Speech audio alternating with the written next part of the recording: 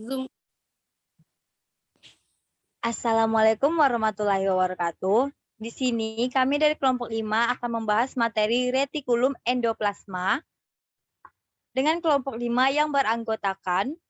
Slide selanjutnya, Nufazlin.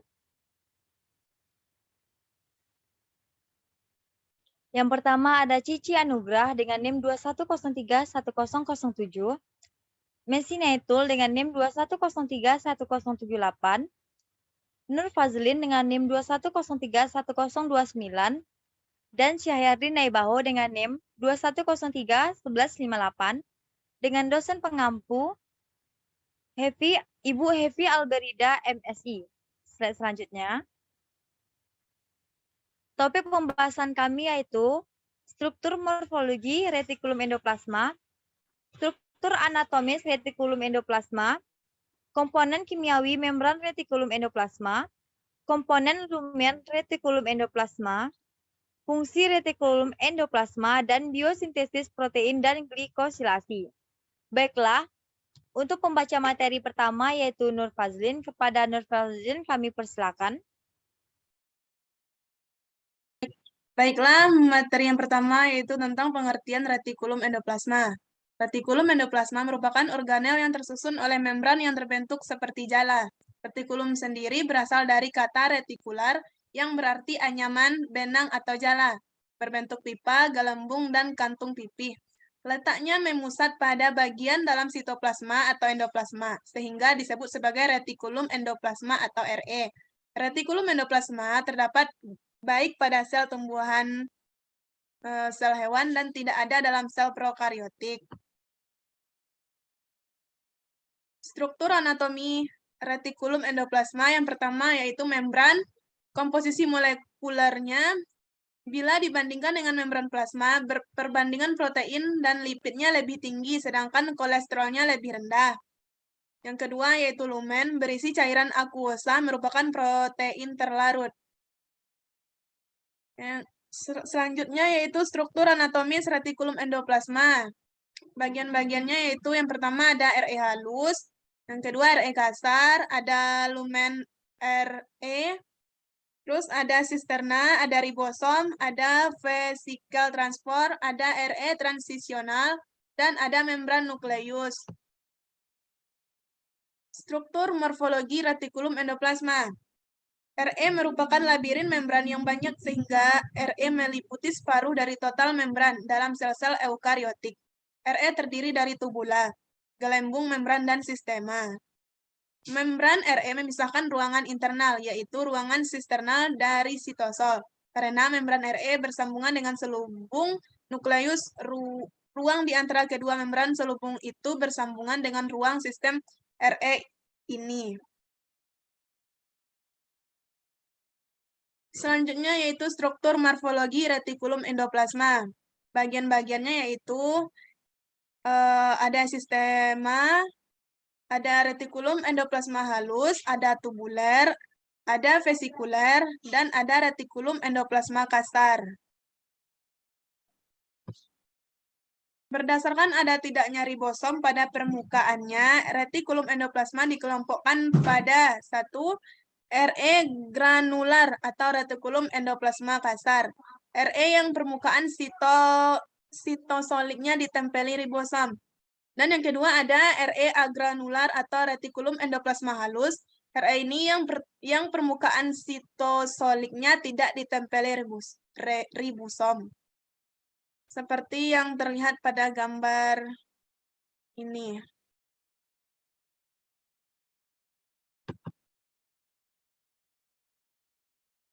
Selanjutnya yaitu berdasarkan ada tidaknya ribosom pada permukaannya, retikulum endoplasma dikelompokkan pada 1.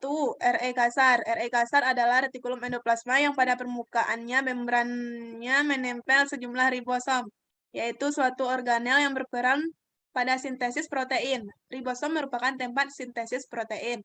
Yang kedua yaitu RE halus. Pada permukaan membrannya tidak ditempeli ribosom dan berperan pada sintesis lemak dan steroid.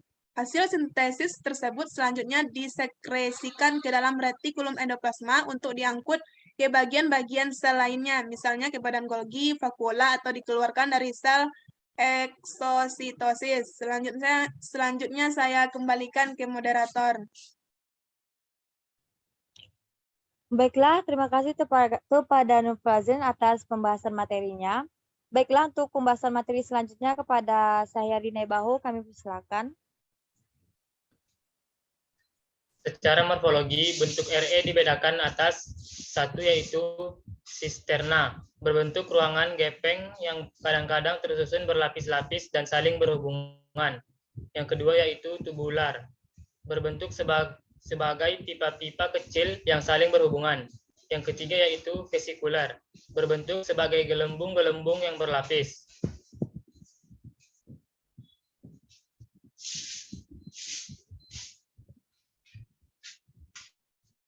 Selanjutnya, Nurfazin. Komponen kimiawi membran retikulum endoplasma. Sebagian besar protein membran RE berupa protein yang berkaitan dengan glikan. Protein tersebut berupa enzim dan rantai molekul pembawa elektron. Dua rantai pengangkut elektron masing-masing diwakili oleh sitokron P450 dan B5, yang keduanya adalah suatu homoprotein. Enzim yang paling banyak ditemukan pada membran RE adalah glukosa 6-fosfatase. Enzim tersebut berperan dalam metabolisme asam lemak, sintesis fosfolipida dan steroida, sedangkan glikosil transfase yaitu enzim yang berperan dalam sintesis glikolipida dan glikoprotein. Lipida sebagian besar berupa fosfatidilkolin, yaitu fosfolipid yang ditambah kolin yang menempel pada fosfat. Selaput retikulum endoplasma mengandung lebih sedikit glikolipida dan kolesterol daripada selaput sel. Sedangkan protein selaput retikulum endoplasma umumnya adalah berupa glikoprotein. Selaput retikulum endoplasma terdiri atas lipida 30% dan protein 70%. X. Komponen lumen retikulum endoplasma. Di dalam cairan lumen retikulum endoplasma terdapat beberapa protein, antara lain yaitu imunoglobulin, protololagen, dan enzim hidrolase inaktif. Lanjut. Proses pembentukan RE. Selaput retikulum endoplasma dapat terjadi melalui proses evaginasi dan invaginasi yang terus-menerus sehingga membentuk lipatan-lipatan yang selanjutnya dinamakan retikulum endoplasma.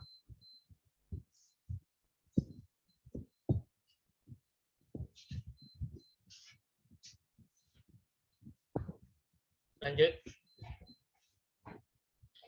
Biosintesis protein. Pada retikulum endoplasma kasar, partikel-partikel ribosom melangsungkan sintesis protein. Sebagian dari protein tersebut akan menjadi protein transmembran dan sebagian yang lain dimasukkan ke dalam sistem retikulum endoplasma. Protein transmembran diperuntukkan untuk membran sel atau membran organel-organel lain. Sedangkan protein yang dilepaskan ke dalam sistem diperuntukkan bagi organel-organel sel atau untuk disekresikan. Sekian saya kembalikan kepada moderator. Baik, terima kasih atas pembahasan materinya Sahyadi. Baiklah, untuk materi selanjutnya saya persilakan kepada Cici. Dipersilakan. Tahap-tahap berlangsungnya sintesis protein membran retikulum endoplasma adalah sebagai berikut. Yang pertama, mRNA keluar dari inti dan berlekatan dengan ribosom untuk memulai sintesis protein. Ribosom pada mRNA bergerak menuju kodon star dan selanjutnya mentranslasikan kodon untuk protein isyarat menghasilkan protein isyarat. Yang kedua, protein isyarat atau signal peptide berikatan peptisel mengenal isyarat. Protein pengenal isyarat selanjutnya terikat pada reseptor yang terdapat pada permukaan membran retikulum endoplasma. Yang ketiga, ikatan antara protein pengenal isyarat dengan reseptor menyebabkan saluran translokasi. Protein pada membran RE terbuka dan memungkinkan polipeptida atau protein isyarat masuk ke dalam lumen RE. Setelah protein isyarat menembus membran retikulum endoplasma, sintesis polipeptida baru dimulai. Protein isyarat yang terdapat dalam lumen retikulum endoplasma selanjutnya dilepaskan oleh signal peptidas. Yang terakhir, terlepasnya protein isyarat, perpanjangan polipeptida berlangsung di dalam lumen, sehingga ribosom mencapai codon stop. Ribosom yang telah selesai melaksanakan translasi mengalami disosiasi dan terlepas di dalam sitoplasma.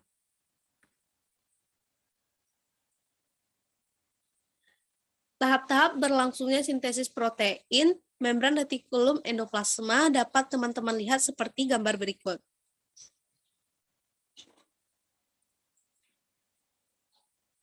Fungsi retikulum endoplasma.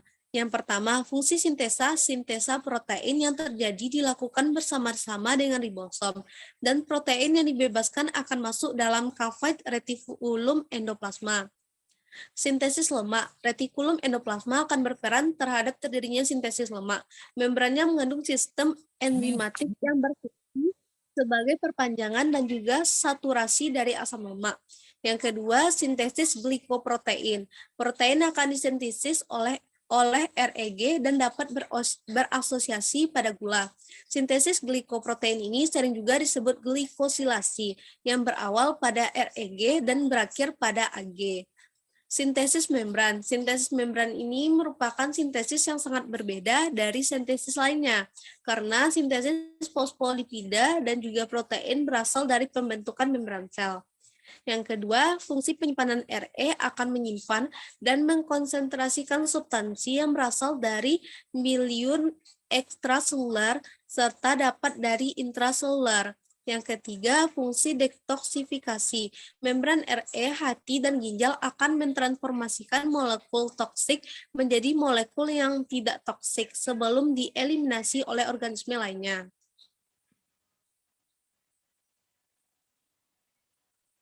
Glikolisasi. Sebagian besar protein yang masuk ke dalam sisterna atau lumen RE mengalami glikolisasi sebelum diangkut ke bagian lain dari sel.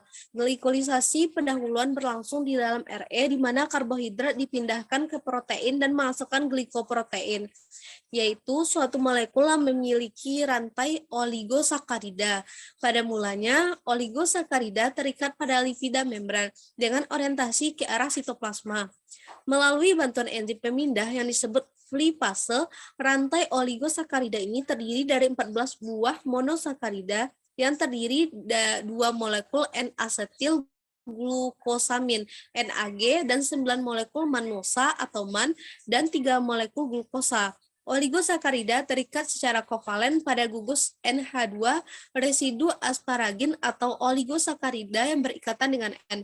Kadang-kadang terikat pada gugus OH. Suatu residu serin, treonin, dan hidroksilin. Pemindahan oligosakarida ke molekul protein dibantu oleh enzim transmembran yaitu glukosil transfase.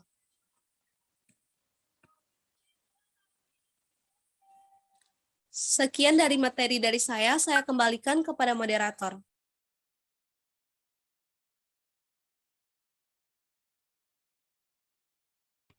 Baik, terima kasih kepada Cici dan teman-teman yang lain yang telah mau membahas materi kita. Baiklah, sekian hasil presentasi kami. Apabila ada kesalahan dan kekurangan kami mohon maaf. Kami akhiri dengan wassalamualaikum warahmatullahi wabarakatuh.